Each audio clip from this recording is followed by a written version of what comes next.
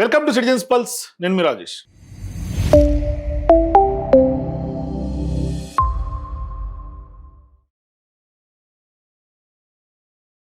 తెలంగాణ రాజకీయాల్లో ప్రస్తుతం అన్నిటికంటే కూడా ముఖ్యంగా ఇరిగేషన్ ప్రాజెక్టులకు సంబంధించినటువంటి చర్చ భారీగా జరుగుతోంది. అయితే ఇప్పుడు ప్రస్తుతం ఒకవైపు ఎల్నినో ఎఫెక్టు రాష్ట్రాన్ని కుదిపేస్తోంది, కరువు ఛాయలు కమ్ముకుంటున్నటువంటి నేపథ్యం మనం చూస్తా ఉన్నాం. మరొక వైపు ఏం కనిపిస్తూ ఉంది, ఇవాళ కన్నెపల్లి పంప్ హౌస్ ఆన్ చేయకుండా భారీ స్థాయిలో ప్రాణహితలో నీళ్లు ఇప్పటికి కూడా ప్రవహిస్తున్నటువంటి నేపథ్యం ఉంది. అంటే తెలంగాణ సంబంధించి ఇవాళ రాజకీయాల్లో కూడా నీటి రాజకీయాల గురించి భారీ ఎత్తున డిస్కషన్ అవుతోంది. ఇవాళ సోషల్ మీడియాలో కాళేశ్వరం సంబంధించినటువంటి అక్కడ ఉన్నటువంటి బరాజులకు సంబంధించి లేకుంటే ఆ గోదావరి పాయల మీద ఉన్నటువంటి నీళ్ళ విజువల్స్ ఇవాళ సోషల్ మీడియాలో వైరల్గా మారుతుంది. సో ఇప్పుడు ప్రధానంగా ఇవాళ ఏం చర్చ జరుగుతోంది, తెలంగాణలో నీటి రాజకీయాలు ఎట్లా నడుస్తున్నాయంటే కాళేశ్వరం గురించి చర్చ జరుగుతోంది, మేడిగడ్డ గురించి చర్చ జరుగుతోంది. గత కొన్నేళ్లుగా జరుగుతున్నటువంటి చర్చల అన్నింటికీ కూడా ఇవాళ ప్రధానంగా ఒక పెద్ద ప్రశ్నకు మళ్ళీ మన ముందుకు తీసుకొస్తుంది. ఏంటి ఆ ప్రశ్న అంటే, రాష్ట్రం మొత్తం ఇవాళ కరువు పరిస్థితిలో ఉన్నటువంటి సిచ్యువేషన్స్ ఉన్నాయి. ఇవాళ ప్రధాన దినపత్రికలు చెప్తా ఉన్నాయి, గ్రౌండ్ లెవెల్లో సిచ్యువేషన్స్ ఆ విధంగా ఉన్నాయి. రిజర్వాయర్లన్నీ ఖాళీ అవుతున్నాయి, చెరువులన్నీ ఎండిపోతున్నాయి, రైతులేమో ఏకంగా ఆకాశం వైపు నీటి చుక్కల కోసం ఎదురు చూస్తున్నటువంటి పరిస్థితి ఉంది. కానీ అదే సమయంలో అట్ ద సేమ్ టైం ప్రాణహితకు సంబంధించినటువంటి గోదావరి సంగమ ప్రాంతంలో నీళ్లు మాత్రం ప్రవహిస్తూనే ఉంది. ఇది అతి పెద్ద చర్చ, రాజకీయ దుమారం రేగుతా ఉంది. కన్నెపల్లి పంప్ హౌస్ ఎందుకు ఆన్ చేయట్లేదు, 1,00,000 క్యూసిక్లు పైగా ఇప్పుడు అక్కడ నీళ్లు ఉన్నప్పటికీ కూడా దిగువను ఎందుకు వదిలేస్తున్నారు అనేది రాజకీయాలకు అతీతంగా ఇవాళ పార్టీలకు అతీతంగా జరుగుతున్నటువంటి చర్చ. అంటే ఇవాళ ఖచ్చితంగా కాళేశ్వరంలో ఉన్నటువంటి ఆ యొక్క కన్నెపల్లి పంప్ హౌస్ని ఆ బ్యారేజీలకు సంబంధించినటువంటి నింపి ఆ పంపులు ఆన్ చేస్తే ఎక్కడ కాళేశ్వరం సంబంధించినటువంటి క్రెడిట్ మళ్ళీ కేసీఆర్ గారు సొంతం అయిపోతుందో అన్న ఒక్క దురుద్దేశం స్పష్టంగా కాంగ్రెస్ పార్టీకి కనిపిస్తోంది. అందుకనే ఇవాళ రేవంత్ రెడ్డి గారు కక్ష సాధించే నేపథ్యంలో రైతుల పట్ల కక్ష తీర్చుకుంటున్నారు తప్ప మరి కన్నెపల్లి పంప్ హౌస్ని మాత్రం ఆన్ చేసే పరిస్థితికి వెళ్ళట్లేదు. సో ఇక్కడ అసలు వాస్తవం ఒకసారి చూస్తే ఈ వ్యవహారంలో తెలంగాణ భౌగోళిక పరిస్థితులను కనుక మనం అర్థం చేసుకుంటే ఖచ్చితంగా ప్రతి ఒక్కరు ఆలోచించాల్సినటువంటి అంశం ఏంటంటే, మేడిగడ్డ బ్యారేజ్ ఎందుకు కట్టారు అంటే ఇందుకే. చాలా మంది అడుగుతున్నటువంటి ప్రశ్న అదే. మరి మేడిగడ్డ వద్ద బరాజీ ఎందుకు నిర్మించారు, దానికి సమాధానం ఈరోజు ప్రకృతి చెప్తోంది. తెలంగాణ అంతా వర్షాభావంతో ఉన్నా, ఎల్నినో అన్న హెచ్చరికలు వచ్చినా, కరువు ఛాయలు కమ్ముకుంటున్నా, ఇవాళ తాగడానికి హైదరాబాద్లో కుక్కడి నీళ్లు కరువు అయినా, ప్రాణహిత క్యాచ్మెంట్ అయినటువంటి మహారాష్ట్ర, ఛత్తీస్గఢ్ అక్కడ సంబంధించినటువంటి అడవుల నుంచి అక్కడ కురిసే భారీ వర్షాల వల్ల గోదావరిలో ప్రవాహం కొనసాగుతూనే ఉంటుంది. అంటే తెలంగాణలో కూడా వర్షం లేకపోయినా పైన కురిసినటువంటి వర్షాల వల్ల నీరు మేడిగడ్డ వరకు వస్తుంది. అందుకే ఇవాళ నీటిని అక్కడే ఆపి పంపింగ్ ద్వారా ఎత్తిపోసే విధంగా కాళేశ్వరం సంబంధించినటువంటి రూపకల్పన ఆ రోజు జరిగింది అని సుస్పష్టంగా అర్థమవుతుంది. కాబట్టి ప్రాజెక్ట్ రూపకల్పనలో మేడిగడ్డ ఏదైతే లక్ష్మీపూర్ దగ్గర కట్టారో, అన్నారం, సుందిల్లా ఈ బ్యారాజులు దానికి సంబంధించినటువంటి దానికి అనుకూలంగా పరంపరంగా నిర్మించినట్టుగా మనకు అర్థమవుతాం. నిజంగా ఇవాళ జరుగుతున్నటువంటి వస్తున్నటువంటి స్టోరీస్ చూసినా, లేకుంటే వస్తున్నటువంటి న్యూస్ చూసినా, వైరల్ అవుతున్నటువంటి వీడియోలు చూసినా, ఈ వచ్చినటువంటి వార్తల్లో వీడియోల్లో రాష్ట్రంలో తీవ్రమైనటువంటి కరువు ఉన్నప్పటికీ కూడా ప్రాణహిత సంగమం వద్ద గోదావరిలో గణనీయమైనటువంటి ప్రవాహం కనిపిస్తోంది. మరి నిజంగా మేడిగడ్డ పరిసరాల్లో ఇవాళ నీరు కొనసాగుతోందని స్థానిక పరిస్థితులు వివరిస్తోంది. అదే సమయంలో బరాజుల్లో నీటి నిల్వ లేకపోవడంతో చాలా ప్రాంతాల్లో ఇసుక మెట్టలు బయటపడినటువంటి దృశ్యాలు కూడా ఇవాళ మనకు స్పష్టంగా కనిపిస్తూ ఉన్నాయి. ఇప్పుడు పెద్ద ప్రశ్న ఏంటంటే, మనకు నీళ్ళు వస్తున్నాయి, నీటి లభ్యత ఉంది, ప్రాణహిత గోదావరి నీటి లభ్యత ఉంది, కానీ ఆ నీటిని ఏ విధంగా ఉపయోగించుకోలేకపోతున్నాం అనేది, ఉండి కూడా ఉపయోగించుకోలేకపోతున్నటువంటి పరిస్థితి. అంటే నిజంగానే అల్లుడి నోట్ల శనిలాగా మారినటువంటి పరిస్థితి. అంటే నీళ్లు ఎత్తిపోసే రాష్ట్రం అనే లక్ష్యంతో నిర్మించినటువంటి ఒక వ్యవస్థ ఇప్పుడు ఇసుక మెట్టల మధ్య నిశ్శబ్దంగా నిలబడిపోయినటువంటి పరిస్థితి. ఆ చర్చ జరుగుతోంది ఇవాళ.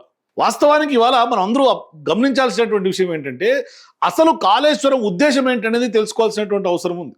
నిజంగానే ఇవాళ కాళేశ్వరం అనే పేరు వినగానే చాలా మందికి గుర్తొచ్చేటి ఏంటంటే, భారీ మోటార్లు, బాహుబలి ప్రాజెక్టు, భారీ ఖర్చు, భారీ వివాదాలు, దాని చుట్టూత కేసులు, ఇవి మాత్రమే గుర్తొస్తాయి. కానీ ముందు అసలు సమస్య ఏంటో తెలుసుకోవాలి. ఎందుకంటే తెలంగాణలో వర్షాలు పడేది కొద్ది రోజులు మాత్రమే, వర్షాకాల సీజన్లో మాత్రమే. అసలు గతంలో ప్రాణహిత లేకుంటే గతంలో గోదావరిలో ఈ పాటికి జూలై నెలలో విపరీతంగా ఇన్ఫ్లో వచ్చేది, కానీ ఇవాళ లేదా పరిస్థితి. సో కాబట్టి వర్షాలు పడే కొద్ది రోజులు అయితే నీటి అవసరం మాత్రం సంవత్సరం మొత్తం ఉంటుంది. కానీ ఇక్కడ జరుగుతున్నటువంటి పరిస్థితి ఏంటి, వర్షాకాలంలో వచ్చినటువంటి నీటిని సమయానికి పట్టుకోవాలి, నిల్వ చేసుకోవాలి, అవసరమైనప్పుడు దాన్ని ఎత్తిపోసుకోవాలి. అదే ఇప్పుడు లిఫ్ట్ ఇరిగేషన్ సంబంధించినటువంటి ప్రధానమైనటువంటి ఉద్దేశం. కానీ ఇవాళ ఎల్నినో అంటూ కూడా హెచ్చరికలు వస్తూ ఉన్నాయి. ఎందుకంటే ఈ సంవత్సరంలో దానికి సంబంధించినటువంటి కాళేశ్వరం యొక్క విలువ తెలిసే అవకాశం ఉంది ఎల్నినో వల్ల. మరి ఎల్నినో ప్రభావం ఉన్నటువంటి అనేక ప్రాంతాల్లో అనేక ఉన్నటువంటి సంవత్సరాల్లో తెలంగాణలో వర్షపాతం తగ్గుతుంది. ఈ సందర్భంగా చెరువులు నిండవు, స్థానికంగా ప్రవాహాలు తగ్గిపోతాయి. కానీ ప్రాణహిత క్యాచ్మెంట్ మొత్తం తెలంగాణలో ఉండదు. అది వాస్తవానికి మహారాష్ట్ర, ఛత్తీస్గఢ్ ప్రాంతాల వర్షాలపైన కూడా ఆధారపడి ఉంటుంది. అందుకే ఇవాళ స్థానికంగా కరువు ఉన్నప్పటికీ కొన్ని సందర్భాల్లో గోదావరిలో ప్రవాహం కొనసాగుతోంది. అలాంటి సమయంలో ఆ నీటిని నిల్వ చేసుకోవటమే ప్రాజెక్టుల యొక్క అసలు ఉద్దేశం. ఒకసారి చూపిస్తాను మీకు నీళ్లు ఎట్లా ఉందో ప్రస్తుతం పరిస్థితి అక్కడ చూడొచ్చు. ఇవాళ నీళ్లు ఏ విధంగా ప్రాణహిత గోదావరిలో ప్రవహిస్తూనే మనకు స్పష్టంగా కళ్ళ ముందు కనిపిస్తూ ఉన్నాయి. ఈ వీడియోలు సోషల్ మీడియాలో వైరల్ అవుతా ఉన్నాయి. మరి ఇన్ని నీళ్లు లభ్యత అక్కడ ఉన్నప్పుడు పంపులు ఆన్ చేసి 1,00,000కు పైగా క్యూసిక్లు అనేది ఇప్పుడే మనకి తెలుస్తూ ఉంది. మరి మొన్నటి దాకా 90,000 ఉండి ఇప్పుడు 1,00,000 క్యూసిక్లు దాటింది. ఇంకా భారీ వర్షాలు మహారాష్ట్ర, ఛత్తీస్గఢ్ పరివాహక ప్రాంతాల్లో అక్కడంతా కూడా పడుతాం. వైపు పూనా, మహారాష్ట్ర, పూనా, ముంబై ఇటువంటి పరిసర ప్రాంతాల్లో అయితే విపరీతంగా ఊర్లు మునిగిపోతున్నటువంటి పరిస్థితి. మరి అక్కడేమో భారీ వర్షాలు పడుతున్నాయి, మన తెలంగాణలో ఏమో కరువు ఛాయలు కమ్ముకోండి. ఇప్పుడు దాకా చినుకు పూర్తిగా ఒక భారీ వర్షం పడినటువంటి సందర్భం కూడా లేదు. మరి ఇటువంటి సందర్భాల్లో ఇన్ని నీళ్లు ఉన్నప్పటికీ కూడా మనం వీటిని ఎందుకు వినియోగించుకోలేకపోతున్నాం అనేది ప్రధాన ప్రశ్న. అంటే ఖచ్చితంగా రేవంత్ రెడ్డి సీఎంగా ఇవాళ కాంగ్రెస్ పార్టీ ప్రభుత్వం రైతుల పట్ల కక్ష తీర్చుకుంటోంది అనేది స్పష్టంగా అర్థమవుతోంది. దానికి ఎన్డీఎస్ఏ అని ఒక సాకు అడ్డం చెప్తూ ఉన్నారు. సో వాస్తవానికి ఇన్ని నీళ్లు మన కళ్ళ ముందు కనిపిస్తున్నా కూడా దాన్ని వాడుకోలేనటువంటి పరిస్థితి, దిగువ వదిలేస్తున్నాం. అటువంటి సందర్భాలు ఏం చేయాలి, వెంటనే ఆ నీళ్ళని పట్టుకోవాలి కదా, ఒడిసి పట్టాలి కదా. నది నీరు మన కోసం ఏమి ఆగదు. ఈ రోజు వచ్చింది, రేపు ఉండకపోవచ్చు. అందుకే బరాజులు నిర్మించేది సహజంగా ఉద్దేశం అదే. అందుకే ఇవాళ పంపోజులు నిర్మిస్తారు, రిజర్వాయర్లు నిర్మిస్తారు. ఒక్క క్యూసిక్ నీరు కూడా సమయానికి ఉపయోగిస్తేనే వ్యవసాయానికి ఉపయోగపడుతుంది. అటువంటిది ఇన్ని భారీగా వస్తున్నటువంటి క్యూసిక్ల నీటి కిందికి వదిలేస్తే ఏం ప్రయోజనం? ఇప్పుడు కనిపిస్తున్నటువంటి విజువల్స్ కూడా అవే. మరొక వైపు నీరు ప్రవహిస్తోంది, మరొక వైపు ఏమో బెరాజిల్లో ఇసుక మాత్రమే కనిపిస్తోంది. నేను చూపించిన మీకు ఒక వీడియోలో ఇసుక తోడేస్తున్నటువంటి పరిస్థితులు. నిజంగా ఆ వీడియోలు చూస్తే ప్రతి తెలంగాణ రైతు కానీ, ప్రతి నీటి వనరులకు సంబంధించినటువంటి ఎక్స్పర్ట్స్ కానీ, లేకుంటే తెలంగాణ ప్రజానీకంగా అడుగుతున్నటువంటి ప్రశ్న ఏంటంటే, నీళ్లు వస్తున్నప్పుడు దాన్ని వినియోగించుకునే వ్యవస్థ పూర్తిగా సిద్ధంగా ఉండి కూడా ఎందుకు వాడుకోలేనటువంటి పరిస్థితులు ఇవాళ తెలంగాణలో ఉన్నాయి? మరి నిజంగా ఇవాళ రాజకీయాలకు అతీతంగా చాలా మంది మాట్లాడుతున్నారు. మరి నిజంగా కాళేశ్వరం గురించి రాజకీయంగా అతిపెద్ద చర్చ జరుగుతూ ఉన్నాయి. అంటే రాజకీయ చర్చ ఏంటి? ఖర్చు, డిజైన్, నిర్మాణ నాణ్యత, నిర్వహణ, బరాజీ నష్టం, ఇవన్నీ చర్చకు తీసుకొచ్చారు. దాన్ని పెద్ద ఎత్తున రాజకీయం చేశారు. కానీ ఇవాళ అసలైనటువంటి చర్చ రాజకీయాలకు అతీతంగా, పార్టీలకు అతీతంగా జరుగుతున్నటువంటి చర్చ ఏంటి తెలుసా? ఒకసారి చూడండి. అవగాహన లేదు, అవగాహన ఉంది అని పక్కన పెడితే దాని పైన ఉన్న అన్నారం, ఇంకా దాని పైన ఉన్న సుందిల్లా, ఆ పైన ఉన్నటువంటి ఎల్లంపల్లి, ఇవన్నీ కూడా ప్రాజెక్టు వాళ్ళు డ్యాములు కానీ, లేకపోతే వాటి పంపౌజులు కానీ, వాళ్ళ మోటార్లు కానీ పర్ఫెక్ట్గా ఉన్నాయి. కాబట్టి ఇక్కడ ఈ కన్నెపల్లి పంపౌజులలో ఇక్కడ ఉండే సుగుణం ఏంటంటే, కన్నెపల్లి పంప్ హౌజులు ఏవైతే ఉన్నాయో ఒక 50,000 క్యూసెక్ నీళ్ళు వచ్చినా కూడా ఈ పంప్ హౌజ్లో నీళ్ళు వచ్చే ఆస్కారం ఉంటుంది. ఇప్పుడు 90,000, 1,00,000 క్యూసెక్ నీళ్ళు పోతున్నాయి అని అంటున్నారు. కాబట్టి మీకు తెలిసి ఎల్నినో వచ్చింది, భయంకరమైన కరువు రాబోతుందని చెప్పి అంటున్నారు. నా ఇక్కడ వేషజాలు పోకుండా నువ్వు తప్ప నేను తప్ప, ఇలా నువ్వు దుర్మార్గుడువా నేను దుర్మార్గుడు అనేటువంటి పద్ధతి పక్కకు పెట్టి, ఇలా ఇన్ని వేల కోట్ల రూపాయలు పెట్టి కట్టబడ్డటువంటి ఇన్ఫ్రాస్ట్రక్చర్ కాబట్టి ఎల్నినో వస్తుందని చెప్పి హెచ్చరికలు జారీ చేస్తున్న సందర్భంలో ఇవాళ జూలై మాసం వచ్చినప్పటికీ కూడా వర్షాలు లేక విత్తనాలు కూడా వేరే ఈ పరిస్థితుల్లో తాగే నీళ్ళ కోసం మనం డిపెండ్ అయ్యేదంతా కూడా కృష్ణా నది మీద, గోదావరి నది మీద. కాబట్టి ఇలా హైదరాబాద్ లాంటి నగరం నీళ్ళు లేక ఎంత ఇబ్బంది పడుతుందో తెలుసు. కాబట్టి నేను ఒకటే ఇవాళ ఆ ఒక కన్నెపల్లి పంప్ హౌజులు పనిచేస్తూ ఉంటాయి. కాబట్టి తక్షణమే లిఫ్ట్ చేసి కొంత నీళ్లు పంపు చేస్తే హైదరాబాద్కి అక్కడికి వచ్చే ఆస్కారం ఉంటుంది. కొంత గొడ్డుకు నీళ్ళు అక్కడికి వచ్చే ఆస్కారం అయితే తప్పుడు.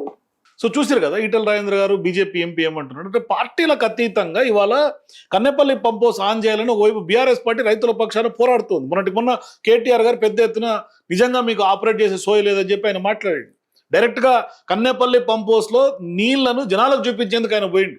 దాన్ని కూడా అడ్డుకునే ప్రయత్నం కాంగ్రెస్ పార్టీ నాయకులు చేశారు. తర్వాత ఇప్పుడు వాళ్ళు తీసుకొచ్చే చర్చ ఏంటి? మేడిగడ్డ సంబంధించినటువంటి బరాజ్లో 2023లో భారీగా 2 పిల్లర్లు కుంగినాయి. తర్వాత భద్రత, ప్లానింగ్లో లోపాలు, వీటి నిర్వహణపై NDSA, ఇవన్నీ వాళ్ళు చెప్తున్నారు. అది కాదు, ఇవాళ ఈటల రాజేంద్ర గారు చెప్పినట్టుగా మీరు అవి కాదు చూడాల్సింది, పార్టీలకు అతీతంగా ఇవాళ తెలంగాణకు గోదావరి నీటిని ఏ విధంగా వినియోగించుకోవాలి అనేది నిజంగా వినియోగించుకోవాల్సినటువంటి అవసరం ఉంది కదా. దానికి చాలా మంది అవుననే సమాధానమే చెప్తున్నారు కదా.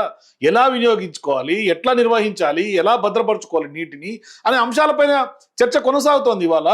నిజంగా మేడిగడ్డ, తాజాగా ఇప్పుడున్నటువంటి కనిపల్లి పంపోసు, తాజాగా వస్తున్నటువంటి ఎల్లినో పరిస్థితులు, హెచ్చరికలు, ఇవన్నీ కూడా ఏం మనకి మెసేజ్ ఇస్తోంది?